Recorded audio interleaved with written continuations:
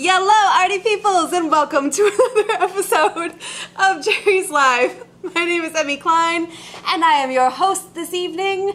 And I don't know if you can tell, but today's episode is all about ink, which is why I have donned my truest form, Squid Emmy. If you guys are interested in anything that I go over today, in any of the ink things that I'm showing you, go to the website jerrysartorama.com and type in that search bar code, today's class code, which is JL216. So let's get started. Now, unfortunately, to do this show, I do have to remove my squiddy hat, but I do have a wonderful assistant here who's going to make sure that the squid's are represented. All right, so let's go over inks specifically. Today I wanted to kind of not completely talk about all the different types of inks, because there are so many different types of inks out there. I mean, you can make your own inks out of different plants and things that you find around us. But not only that, there's acrylics, there's sumi ink, there's China ink, and then there's India ink, and then there's all dye-based, pigment-based, shellac-based. There's that, and I don't think I have enough time to go over all of that. Now, I will be briefly touching base on some of the things that I'm going to show you today, but if you are interested in actually going over all the different types of ink, I do believe that there is an episode that Amy went over, who is my is the word predecessor? Predecessor. Haha! Big words. Amy, who is my predecessor to this show hosting, she actually went over all different types of inks, and she's got a good array of ink episodes. But it's October, it's the month of ink, so I wanted to touch base on a couple of ways to actually use ink in your artwork. So let's get started. The brief types of inks that I'm going to be showing you today is acrylic, which the FW inks that I'm showing you right here, this is an acrylic-based ink. The best way to think about this is not as ink, actually. The best way to think about this is that it's an acrylic paint that just happens to be the consistency of ink. So it's very fluid, very much like water, but it is acrylic-based, so it's going to have that waterproof kind of aspect to it once it cures. The other thing I'm going to be using is this lovely bottle. I could not help myself. It is just gorgeous. It's got all the blue dragons on there. This is the Golden Panda Blackest China ink, which, technically speaking, anytime you hear the word China ink, or that phrase, it's essentially the same thing as, not sumi ink, India ink. So it is sumi, India ink, and China ink. All of those are soot-based inks, so they're going to have ash in them, and they've been ground down so fine that they can be suspended. You can actually make your own kind of inks that way, but the process of getting them to be ground down so fine to be suspended like consistently and not settle down to the bottom kind of a thing, it's a long and arduous process. So you can do that if you want to, and there's a lot of how-tos online that you could find, but this is a fantastic ink just to grab and go. And then the other ink that I wanted to show you, I might not actually have on my table. Well, I do have this ink as well. This is the Golden Rit pen. It does come with a bottle of ink. This is actually meant for, it's like a fountain pen writing, like a calligraphy ink. Now those tend to not be waterproof at all. Just 9 times out of 10, anytime you have a fountain pen or a calligraphy type ink, they are not waterproof.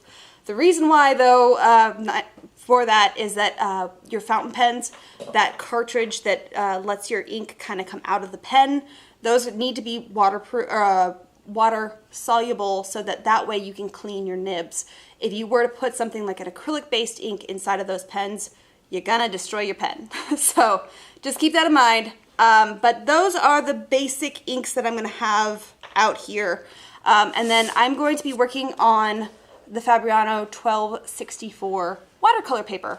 Now this is my personal preference. You could also work on something like Bristol, which is really good. You can also work on quite a few other different papers, but just be aware that when you are working in different, I guess, kind of techniques with ink, always swatch your paper with the ink that you're using, because it will always absorb slightly differently.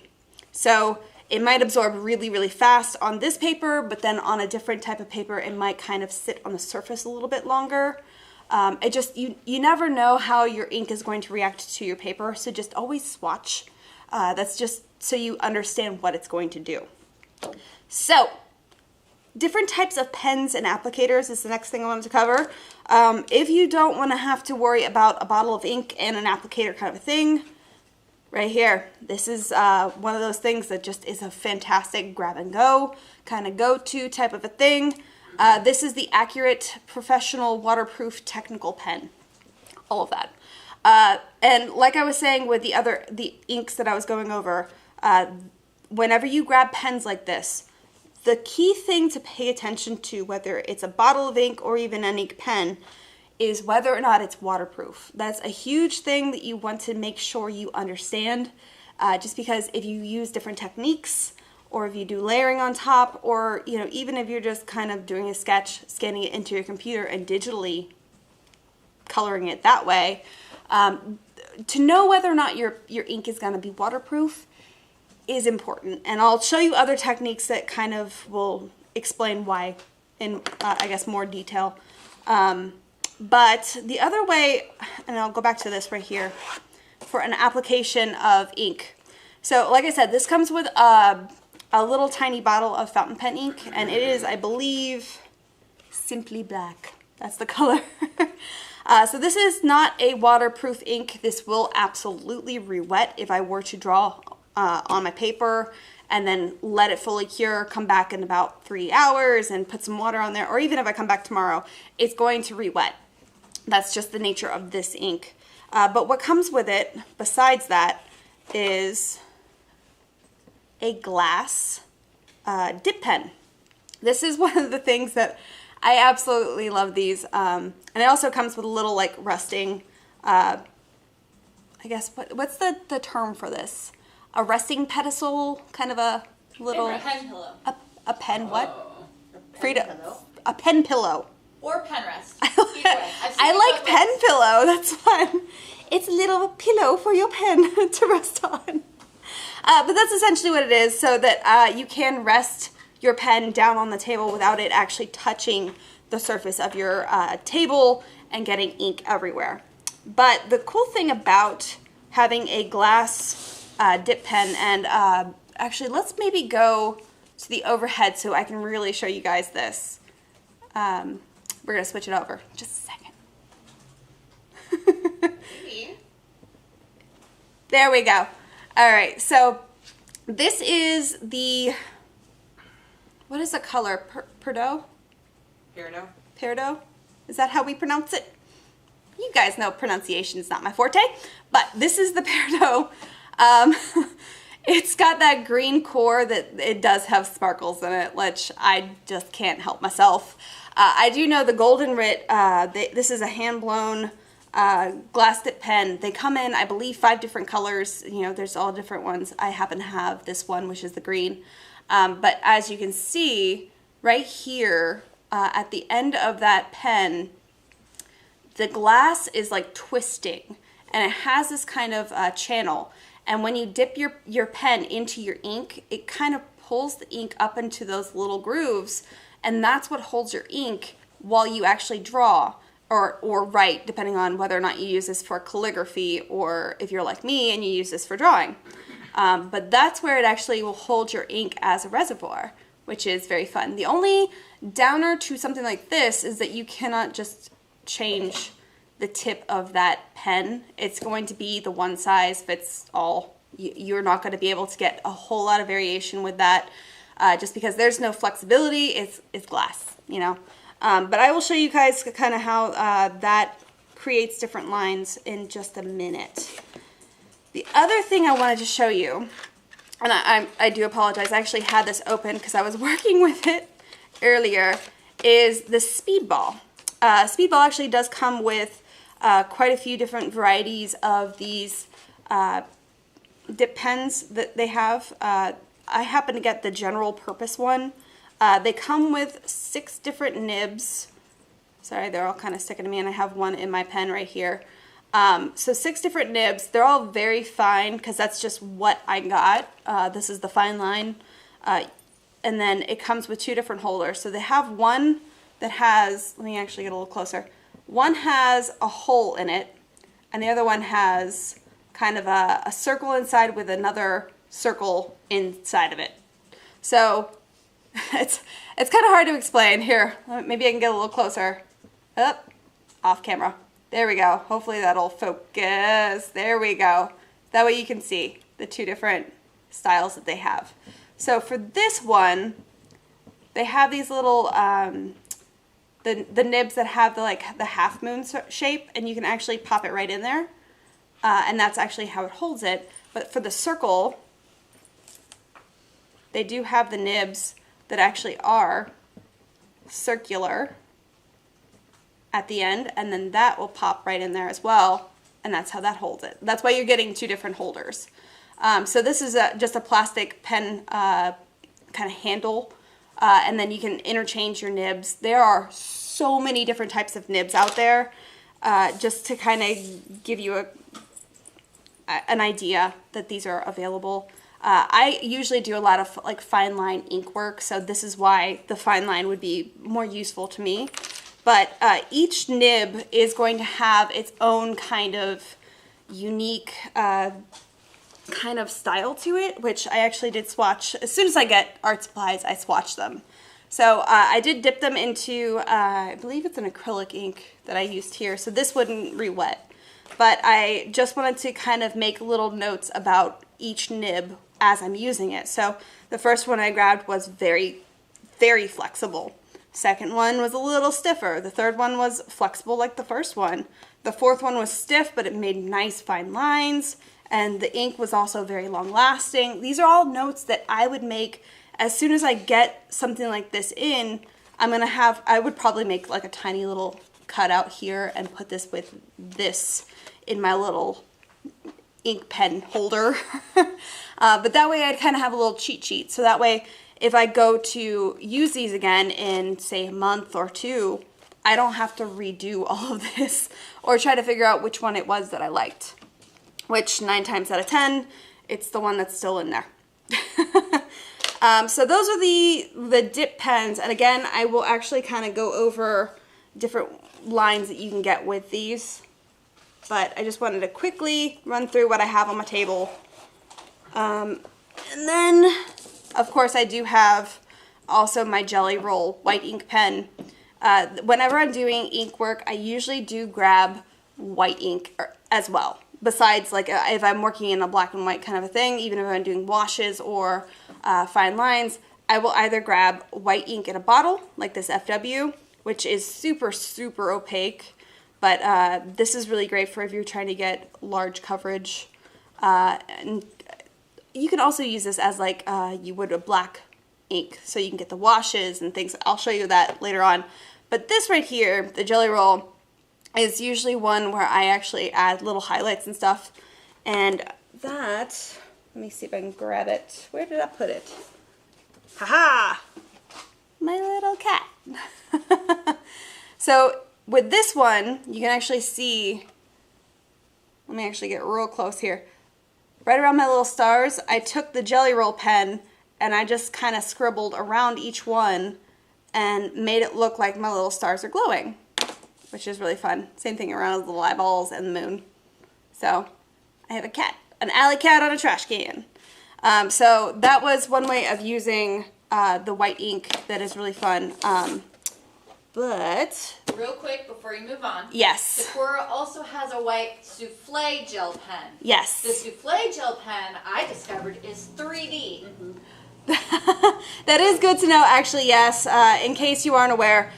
So I use the Jelly Roll, where it's just called the Jelly Roll. I believe I have them in the teacher's cart as well. Again, if you are interested in checking out any of the things that I'm using here, website is jerrysartorama.com. Go to the search bar and type in the class code, which I believe is like right here where my hand is. JL216. That's the class code. So that'll bring up the teacher's cart. These I believe I have in the teacher's cart. It was like a last minute add-on because I forgot about it and tossed it in there. But if you get the ones that are the Sakura Souffle, those are more three-dimensional, and it's almost like you're writing with puffy pen ink. It's really bizarre but very fun. I believe I actually had a friend, oh, it's been a long time since I've talked to her, but she was actually using these as almost like a Braille thing. She was using that in her artwork, and she was incorporating Braille into her artwork with the pens, which was fantastic and hidden unless you knew it was there, and then you could actually go over and touch it with permission. We never touch artwork unless they say it's allowed, by the way. But just be aware. So other than the actual pens and things like that, I wanted to jump in and show you a couple different marks and ways of using these that are really fun. Now, side note, when you're using a bottle of ink like this, you can uncork it and pour it out. But if you're anything like me, you make a huge mess. So that's why I got the little squeezy pipettes. These are a fantastic way that I use to control my inks in everything that I do, because this does not come with like a little squeezy topper like this does, where, you know, this has the eyedropper in it and you can just squeeze it, pick up your ink, and then distribute it wherever you need to go. This just has like a little, it always makes me nervous opening these bottles just because the cork is really in there, and all I do is I just wiggle it back and forth and just slowly pull it up to where I can get my bottle open, and then I put it down. Again, this is China ink, so technically the same thing as like an India ink, so it's soot-based.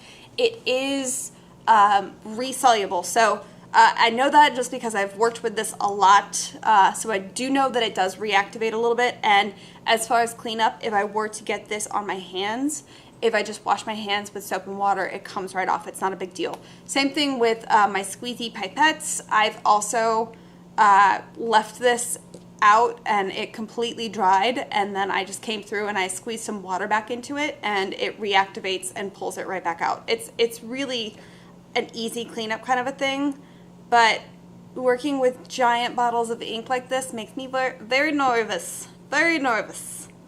Alright, so I'm going to do one little drop of ink in each of my wells.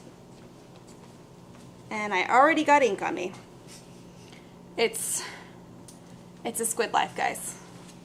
It's okay. Like I said, it will get off of me real easy. If I wanted to, I can grab a Soho wipe and just wipe it right off. But I also have my Creative Mark bucket of water. So when it comes to cleaning this off, my little squeezy pipette,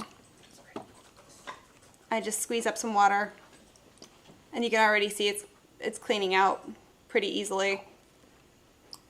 And squeeze up some of that clean water. I'm not too worried about getting this 100% clean. It's not a big deal.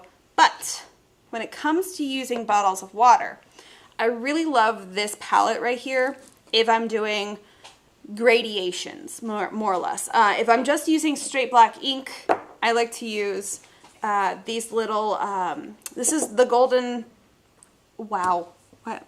Is it the Golden Panda? Yeah, this is Golden Panda. I almost said Golden Palette. I had to look over and read that real quick. It's the Golden Panda Porcelain palettes. This is a stackable one. This is the one where it is a rectangular with the slanted. So right here, these wells are deeper on this side and shallower on this side, and then you get the circles as well. But when it comes to doing washes, I like to do this because I will start with one side and leave it 100% black, and then I'll add a ton more water on this side and kind of make various gradations kind of a thing. So I have 1 drop of ink in each one, so I'm gonna actually put 1 drop of water in each one, right? So there's 1-to-1 ratio so far. So I added another one to just these 4, then another one to just these 3, then another one to just these 2, and you can kind of do it that way. That way you're 100% sure of the ratios of ink to water, and this is a really great way of reproducing your results. So when you have washes and things like that, you can absolutely take like just a brush like this, mix it around, and I can test how dark these washes are going to be. So I'm going to rinse off my brush in between each one just to make sure that I don't kind of get more water in one than the other, right?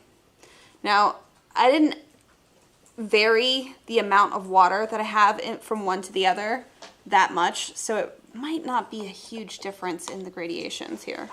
So I might need to change that, but that's something that I would need to know, you know? And the other thing that is really good to know when you're doing washes like this is that you should always approach it kind of like watercolor, because you can always go darker, but it's very difficult to go lighter. But again, this ink is one that I can reactivate and kind of pick back up like watercolors, just because I know it's not waterproof. There's that waterproof thing again. If I know it's not waterproof, I know the limitations of it, and if I know that I've gone too dark, I need to pick it up while it's still wet before it fully cures. So do we have any questions so far?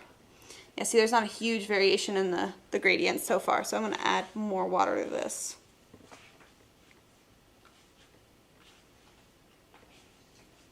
All right. So let's do this one. Yeah, so see, that's a lot more watery now, and that will give me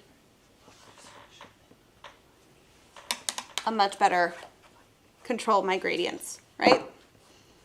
But this one over here is still real dark.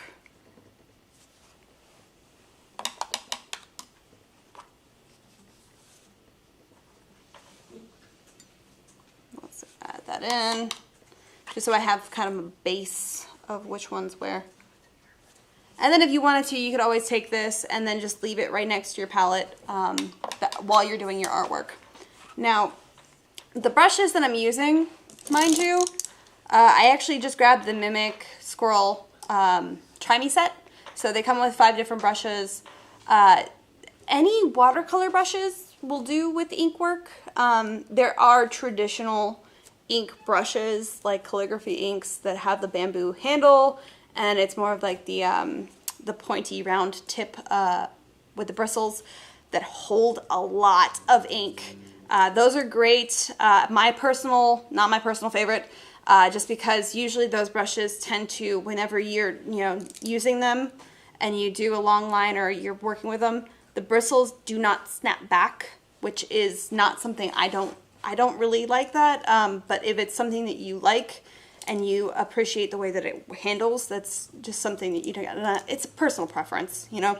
But I do recommend you guys trying it before you actually jump to other kind of brushes. But you can use any kind of a watercolor brush. The reason why I do suggest some kind of like a watercolor or even acrylic brushes, something that holds a lot of fluids and is very absorbent, so you can get a lot of washes out of what you're doing and not be fighting the brushes more than you need to. And as these are drying, I don't know if you can tell, but they are lightening up. So this is a lot lighter than when we had started, but it's this one. These 2 are still a little wet, but these 3 are pretty cured, and you can ignore this part. But there are my washes for the ones that are in my wells here. You have a question? If someone were to use a waterproof ink and try to use them in a palette, would they dry faster? That is going to entirely depend on your environment. Like, for instance, if you have a fan on, yes, it's going to dry much faster in your palette than if you don't have a fan on. If you're also in a very humid environment, that's going to probably take longer for them to cure, as opposed to like if you're in a very dry environment, it might dry faster.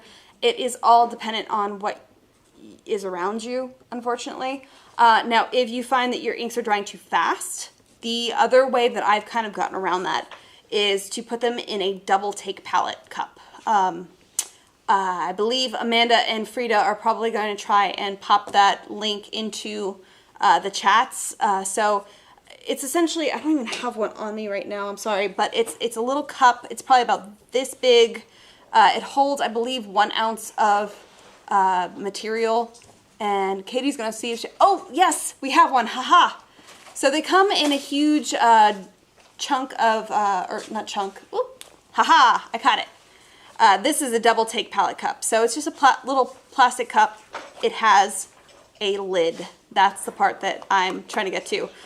This is nice because then you could make your washes like you did here, figure out what works really well for you, and then put it in here and be able to seal it. And then as you use it, you can kind of keep it like that and, you know, work. And then once you're done, you can close it back up and then you have it for later use, which is nice. That's one way I've kind of gotten around if my things are drying a little too fast. Now remember, this is resoluble. So if I have this drying out, I literally just did this the other day. I had a puddle of this ink in my cup here. Actually, you can kind of see there's still some of the ink left on there. I didn't clean it off too nicely, but I left it on there. And I went off and I left this on my desk, and it was halfway dry by the time I got back. I just took my little, my squeezy pipette, put some more water in there, and then reactivated it and kept using the ink. It's actually quite nice. Again, be aware whether or not your ink is waterproof or if it's going to be able to be, if it's resoluble and you can re-wet it like that. Now, blah, blah, blah, words. I'm having a tough day with words today. My mouth. Okay, we have another question. Is there any reason to use a glazed ceramic palette over a plastic palette? Yes, just the porosity of your materials. It helps if you have it in a glass palette or a porcelain palette. Glass too? You can use glass. I believe this keeps it wet longer, whereas like the plastic, that is the one thing with something like this, is that this is better than this, but I don't think this comes in porcelain. I mean, that'd be really awesome if it did with a little rubber lid. We can, you know, I'll have to talk to some people about that, but porcelain is better for your inks. Just as far as cleanup, it's much nicer, number one. Number two, your inks won't actually stick into any of the little pores of your palette. Hope that answers that question. So, sorry, my pumpkin just fell. I'm gonna put that over here for pumpkining. All right, so the one other thing that I wanted to show you guys is different ways of applying it with the materials that I just showed you. So I have a couple things down here. Let's start off with these technical pens. So these are pretty straightforward. I have the 05 and 03. Essentially that's just the millimeter of the diameter of the felt tip pen portion here. The 05 is a pretty standard one. You're going to find that across the board in a lot of different pen brands. I happen to like these because they write really nicely, and they also are waterproof. So if I'm doing things like this and I'm trying to get my hatching lines down, so that's the 05. If I take a brush and some clean water,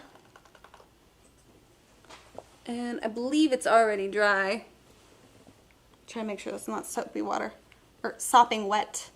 Yeah, so you can see right here, this is water on my brush. I just got that completely wet and there's no bleeding.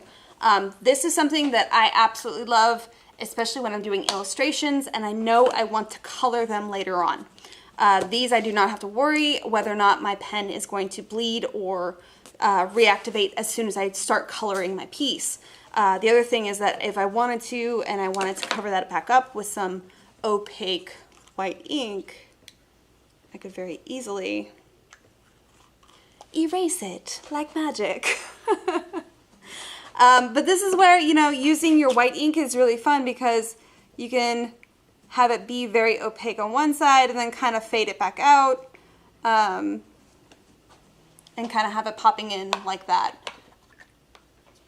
So different ways of using different inks. So it might not occur to you to lay down your original inks and then start messing with them with the white ink on top, which is still very wet. Sorry, I'm getting it all over the place. But that way you can adjust your inks or your marks that you're laying down. And that's the one thing. A lot of really old school illustrators will have these incredible random illustrations of whatever they're working on, and you'll actually see this white ink, this opaque white ink, just kind of laid down in blobs where they were fixing a part of their drawing, or they decided that they didn't like something and they laid that down and erased it. Because in illustration, what you do is you take that original piece, you scan it in, and then you send it off digitally to, you know, whatever needs to be printed, which is fantastic. So a lot of old school illustrators you'll see using the opaque white ink to adjust their ink drawings like this. The other thing though is that you can also scan this in and then color it digitally, which is really fun. So that's the, oh, and here, I'll actually put, here's that was the 05, here's the 03. So just a little bit thinner as far as the lines. Sorry, it's also kind of difficult to see white on, very hard to see. But there you go, just slightly thinner. That's all that means. So the lower the number, the thinner the line you're gonna get. There's also, I've seen the 0.05, which is real thin line. But with these pens though, just also keep in mind, you don't wanna push down on your pen. Don't apply a whole lot of pressure. Let the pen do its job. All you have to do is touch it to the paper and write like you would normally, because as you start applying a whole lot of pressure, you're going to destroy the nib on these, and then you're going to have a hard time getting that nice crisp line that is the right diameter because you just kind of squished the nib, more or less. Do we have any questions? You looking at me like you might? Yes. Janet on Facebook was wondering if ink can be blended with acrylic paint and used. I just got a question on YouTube. Will the accurate pens go over acrylic ink? Do I have anything? I think in general, can you blend ink with acrylic paint? I don't. Again, remember, yes, you can put, here. I'm going to put a little bit of, here. I'm going to use some of this ink that I just got from the bottom one here. So there's that Blackest China ink. And here is a drop of my white acrylic ink. Now remember, I am mixing something that is waterproof with something that is not waterproof. And you can see it's kind of working together. The only thing that I might keep in mind is that once I start incorporating that acrylic into there, it is not going to, I don't think it's really going to reactivate very well. But yeah, I just made a gray ink. So you can mix those together, absolutely. Just be aware that you are changing the properties of your ink. So when you're mixing something that is, sorry, I'm using my apron as my napkin. I don't have one on me. Ah, ha, ha. Here we go. Easy wiper.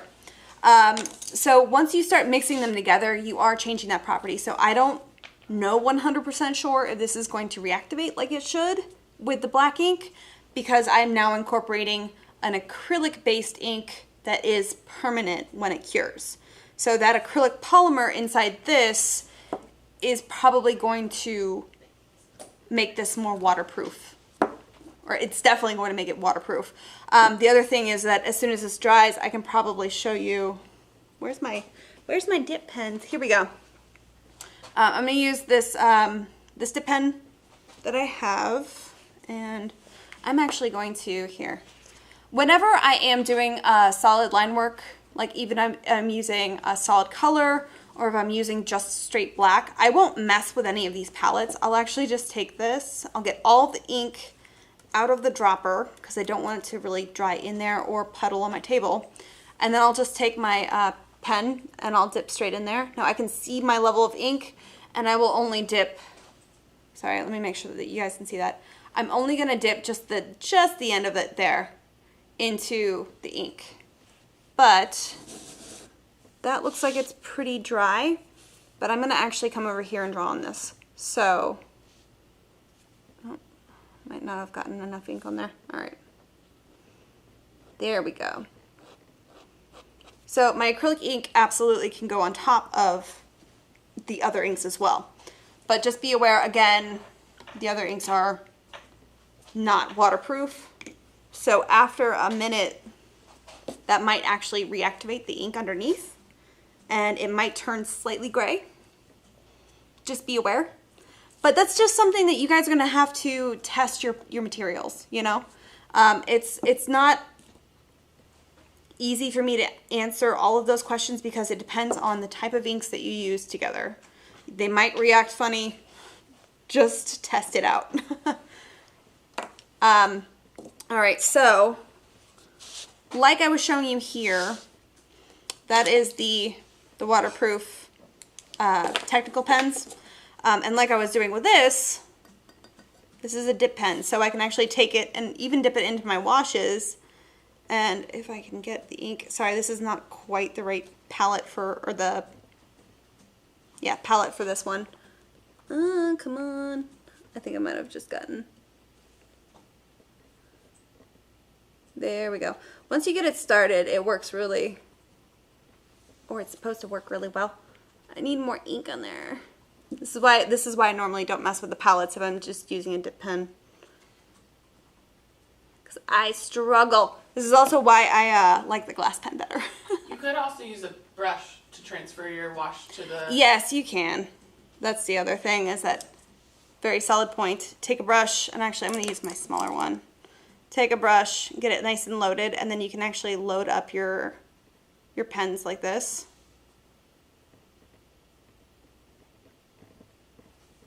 Which is not my favorite because I am not that coordinated and I'm not a lefty. This is why I usually just use the glass pen, because it soaks it up.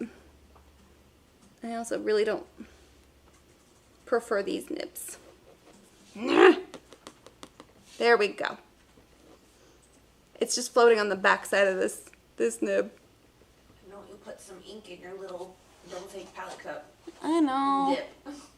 I just need to dip my pen into the ink. But anyway, so this right here, hold on, let me actually grab, haha. I do have a bottle of the Liquitex Acrylic Ink as well. This is just a lot easier for me to dip into than the big bottle of ink. Again, it's one of those things that just, it's easier, and this is something that I'm more used to. Here we go. Oh, it helps them also on camera.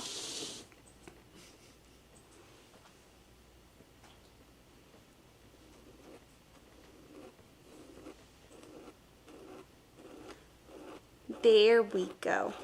All right, so when you do lines like that, side by side, that is considered hatching. And when you can actually use this, it's really nice because the closer your lines are together, the darker your shades are going to be. The further apart they are, the lighter they're going to be. Now when you start crisscrossing them, if I can get my, this nib really doesn't like me today. There we go. If you crisscross them like this, that's called cross-hatching. It's pretty straightforward. Because one is crisscrossing the other one. Now, I'm probably having more of an issue with this nib because I'm trying to press down and get a nice thick line. The cool thing with these is that you can get some line variation because if you do press down a little bit harder, the prongs of your nib here will actually split open and you will get a thicker line than if you were to drag it just nice and lightly across the paper. I'm usually a fine line kind of girl, so I usually don't do heavy lines like this, but let me show you. Here are my examples of hatching and cross hatching. So, hold on, let me get these out of the way so you guys can really see. Here we go. So here's where I have the hatching. I wanted to make sure I drew the same thing so you guys could really see. So down here where my lines got a lot closer together, my values appear much, much darker. So I can achieve complete shading with just straight lines. Now over here is where I use the crisscross lines and they got the same values. So where I put my lines closer together are darker values. Where I left them more open is a much lighter value. Now the other thing to be aware of, because you can see I actually did outline all of these, is your line weights. So if you were to keep the line weight on the outside of your drawing completely the same, as opposed to if you were to vary your line weights, you can actually achieve value in your work without even shading. So this is where I just took the lines and kept it the exact same line, like the heaviness of the line. And I did that with this technical pen. So this is kind of the way I would approach it if I were to fill it in either digitally or I could come back in and watercolor on top of it. This right here is where I believe I actually still use the same pen. I just went over it a little bit thicker in other areas. This I achieved more of a three-dimensional form just by varying my line weight. So over here where the light's hitting it, I have a nice thinner line, where down here it's a lot thicker, if that makes any sense. So everyone with me so far on the hatching and cross hatching and varying your line weights, I believe? It's pretty straightforward. Now, the other thing we can do, besides that, is scribbling. So I'm going to use this because using a dip pen to scribble, I did this last night. It was not the easiest, and your nib tries to like grab the paper, and it tends to skip and splatter, and it's not the easiest to control. But if you were to scribble with this this pen, it's a lot easier. And by scribbling, I mean literally just scribbling like this. So the darker you get your values, again, the more you scribble in one spot, the darker your values seem. Whereas like over here, it's going to be a lot lighter, right? And then, of course, I have an example. I'm trying not to show you the other guys. All right, so there's my little scribble squid. I feel like I need to, I feel like that's a hashtag. There's my scribble squid. So again, as I got down here, all my scribbles got a lot closer together. Whereas like up here, I kind of left it nice and open where it looks like the light's kind of hitting it. Now, the other things that you can do is stippling, which is the bane of my existence. Not gonna lie, it is literally just sitting there, just dotting. If you have patience to do this, and if you find this to be very zen, I am so envious of you, because as I was doing this little stipple squid, this took forever. And I mean, like, hand for reference here, it's about the size of my hand. This just took forever. Now, I didn't draw any lines on this at all. As you can see, it's just dots.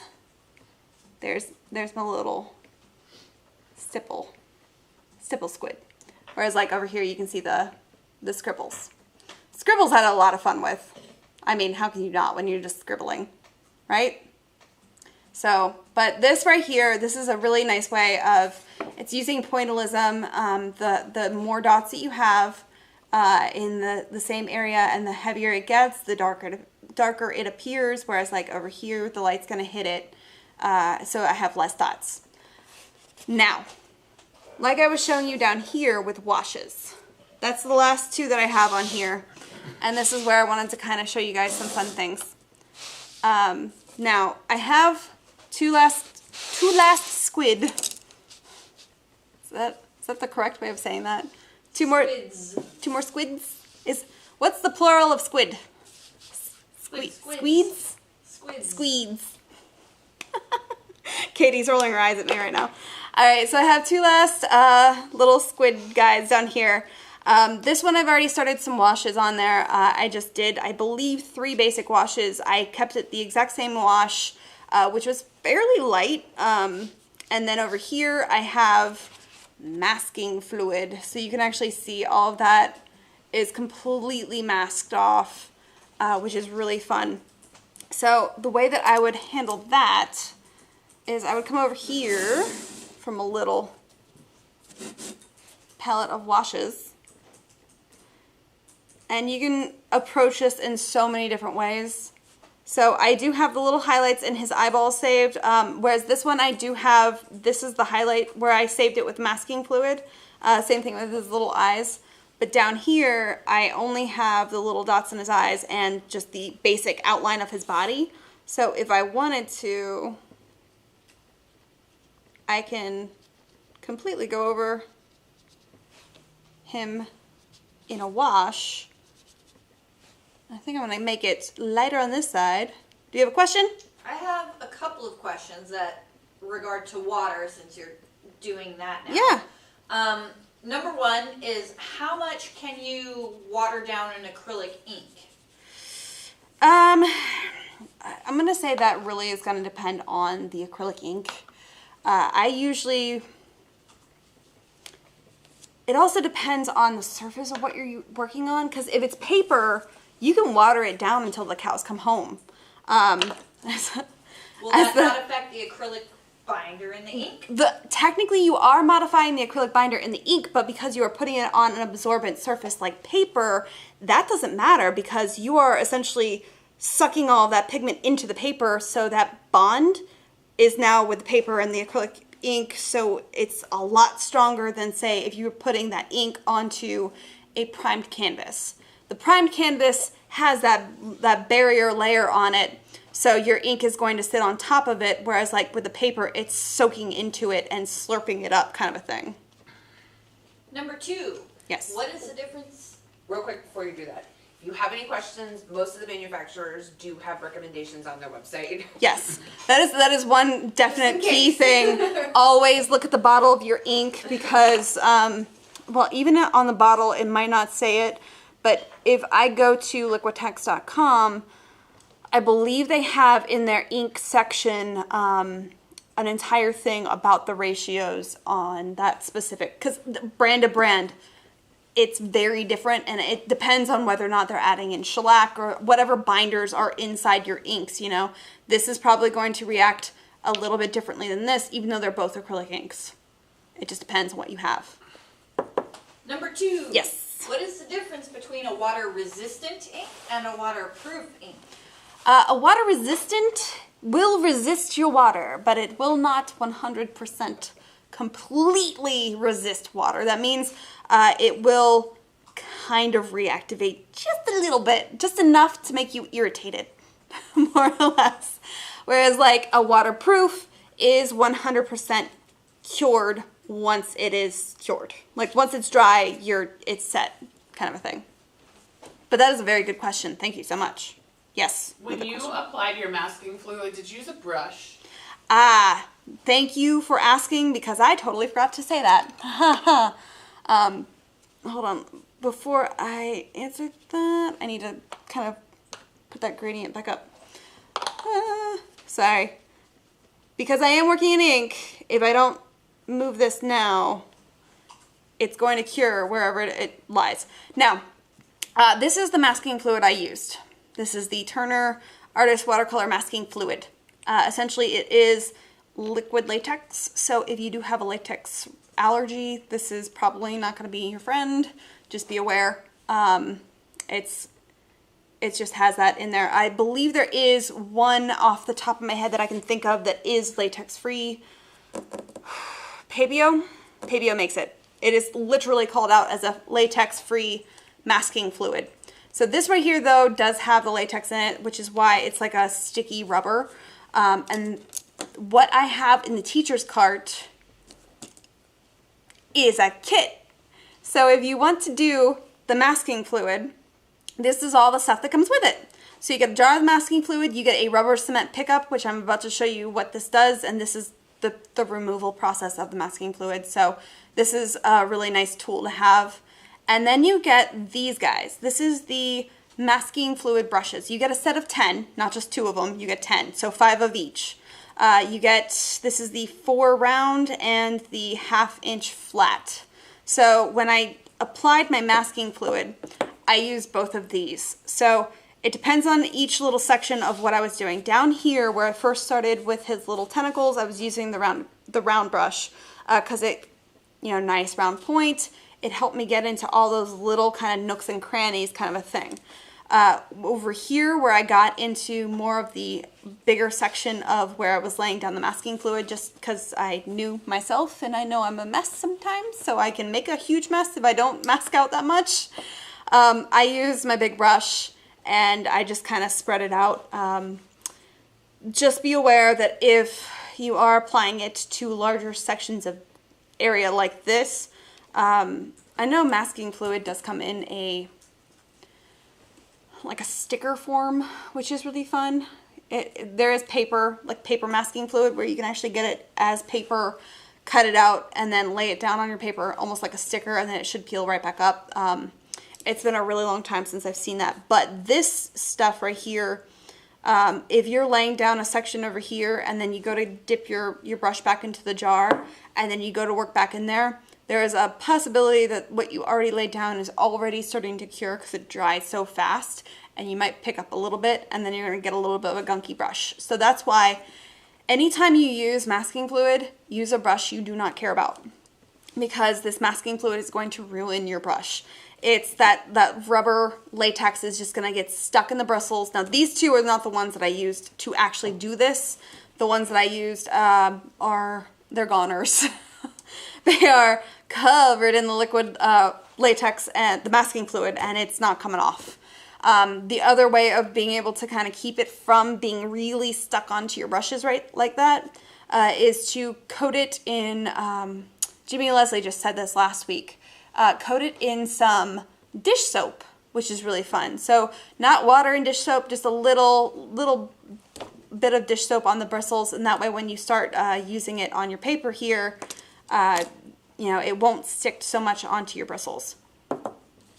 Answer all those questions so far? We're good? Yes, but All right. also, Yes. they would like a copy of the template that you used for the squid. I did not use the template for the squids. They I won. drew it.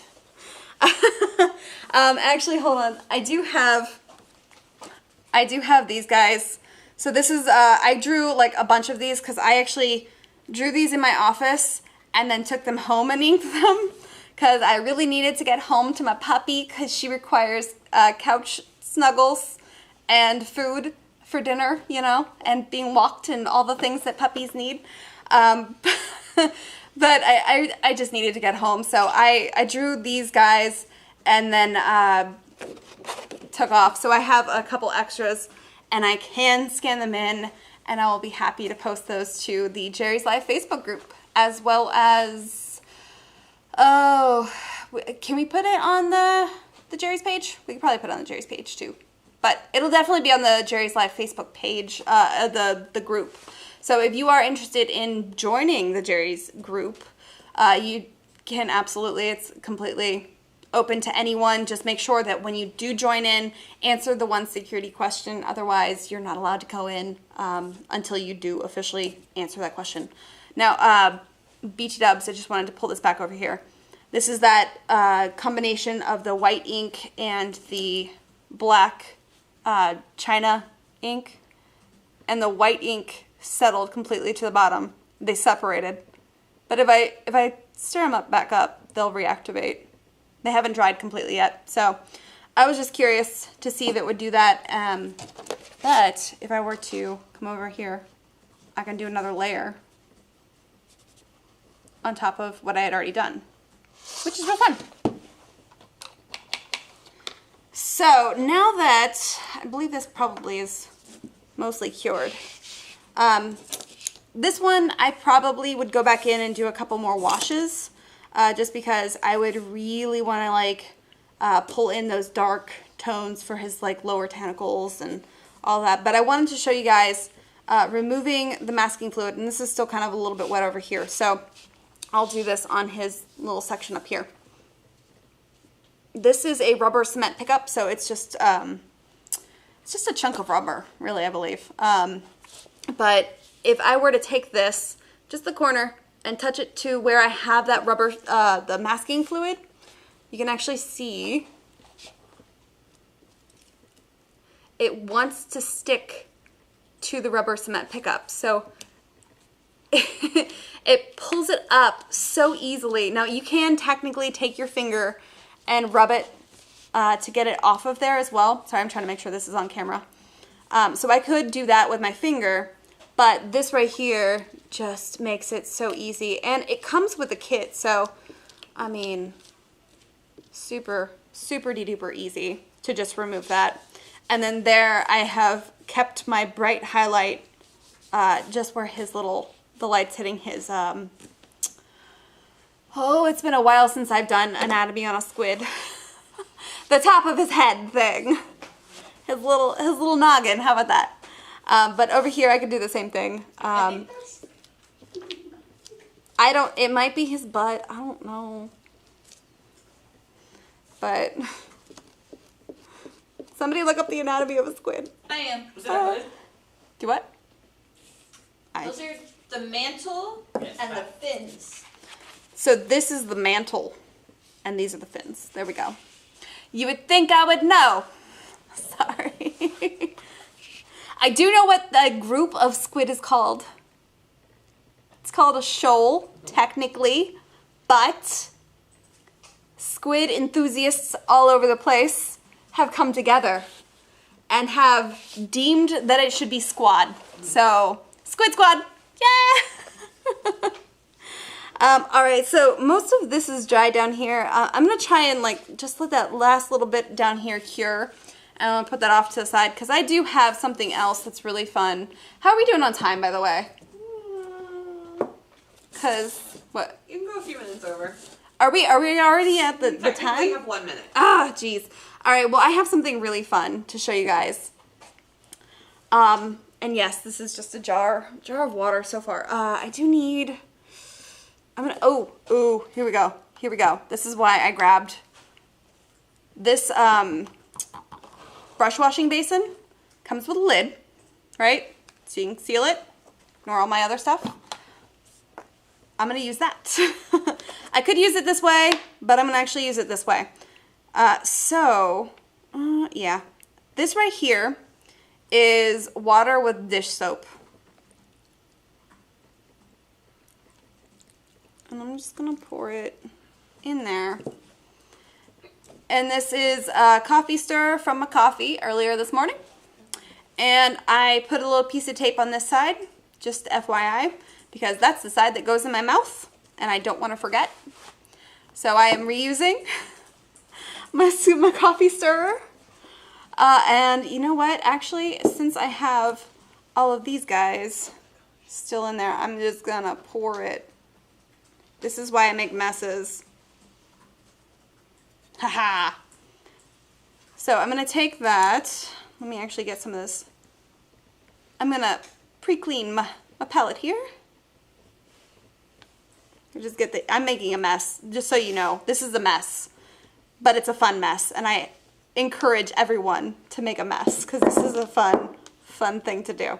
All right, so now I got inky, soupy, soapy mess. It's a technical term for that, right? And then I'm gonna take, do I have a scrap piece of paper down here? I don't think I do. It's okay, I'll take this guy, right? Yep. Now you guys are gonna see the top of my head just a little bit because there's no other way of doing this, right? Key is, don't breathe in, breathe out. Actually, you know what? I think now that I do that, I need more ink. Sorry, I need to make this darker.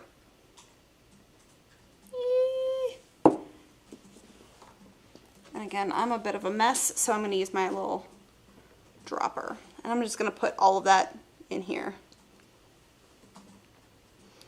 And I'm gonna squeeze it around just to really get it mixed. I hope everyone in the comments are like, what is she doing? Some of you probably know. All right.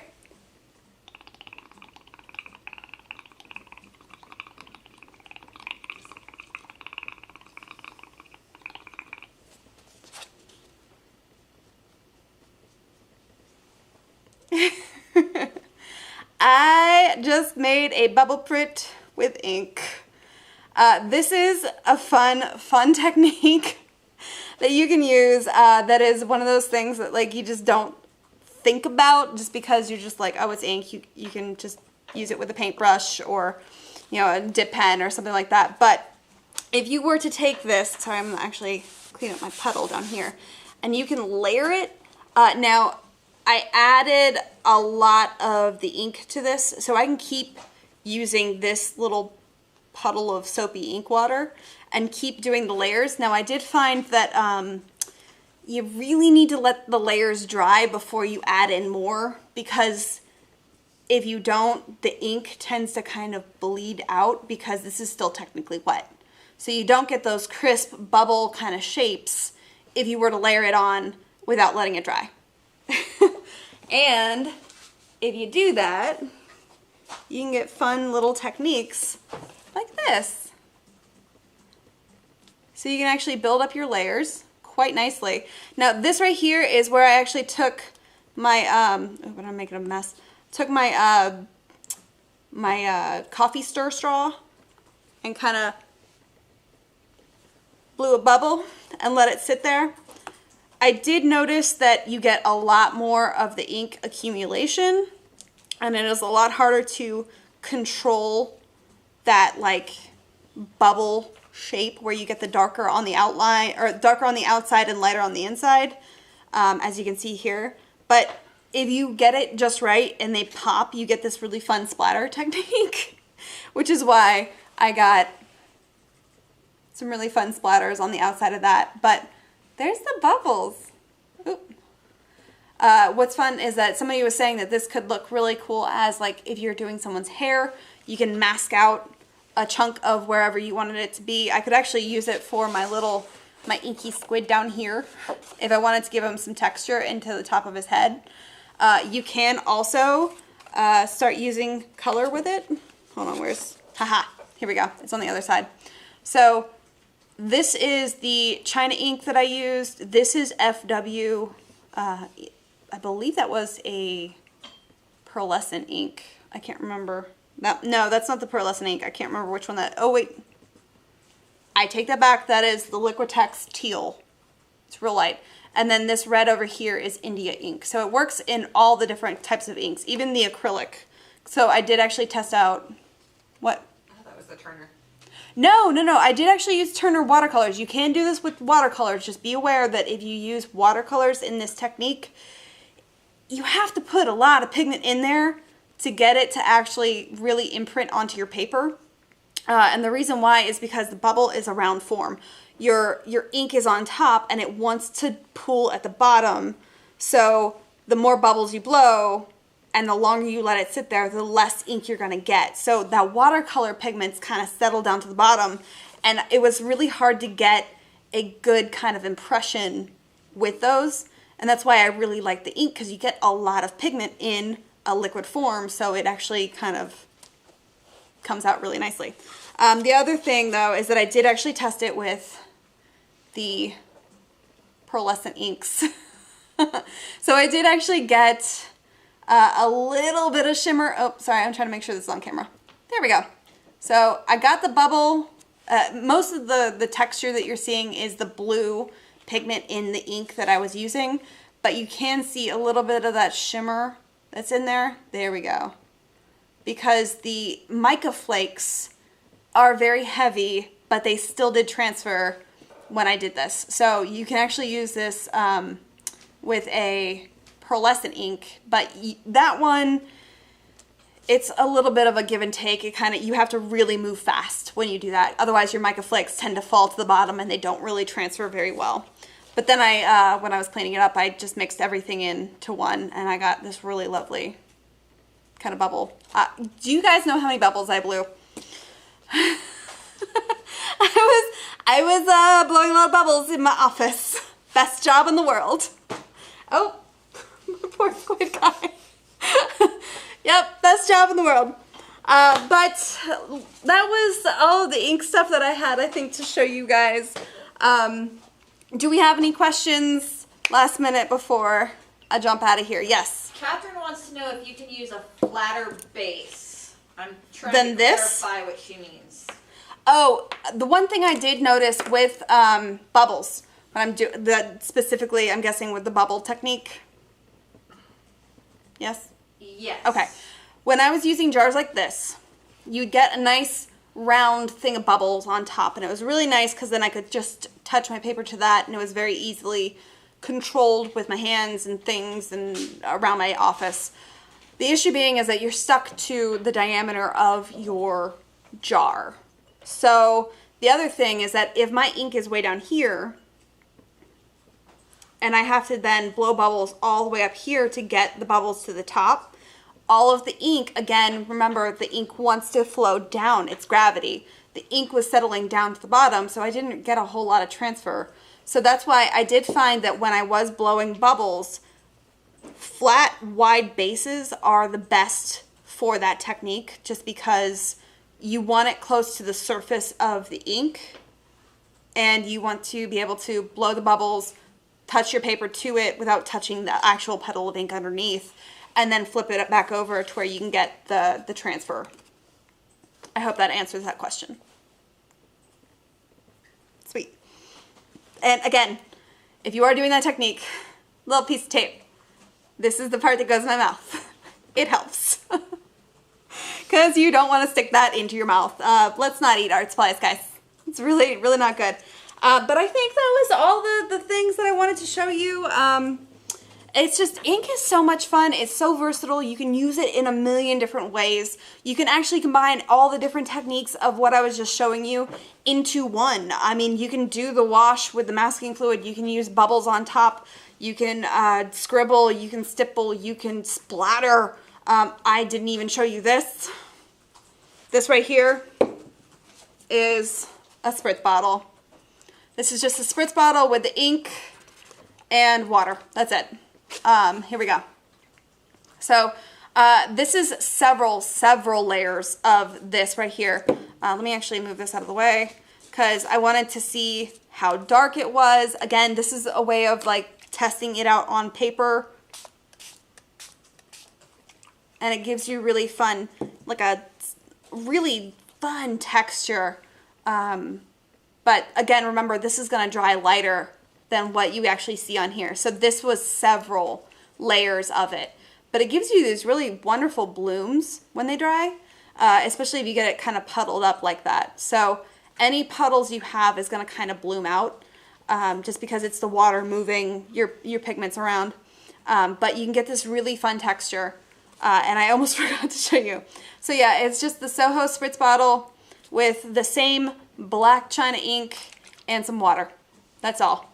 That's all it is. So I made a wash just like I did, mix it with some water, and then you can put it in the spritz bottle and then spray huge pieces of paper and get all kinds of tones, even if you're working really large.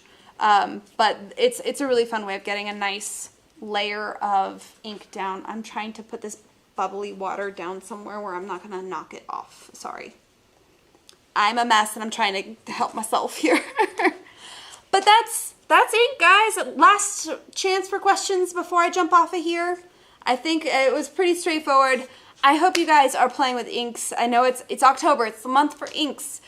Even if you're not doing Inktober, it's a really fun way of, even if you just get a bottle of ink and start messing around with it. It's a really fun media, and I hope you guys get to explore it and kind of play around and see the different types of marks that you guys can make. But I'm going to take my squiddy self out of here. I gotta do this one last time because I'm going to get all I can out of this hat. Everybody, it's been a pleasure. Thank you so much for joining me today. And make sure that you do actually join me next week, because I am going to be going over how to transfer and scale your drawings. So all types of different methods of transferring your drawing onto one canvas or surface to another, even really, really big, and scaling. So even if your drawing's this small and you want to make it huge. So it's going to be a really fun class, and I hope to see you then. I'll see you guys later.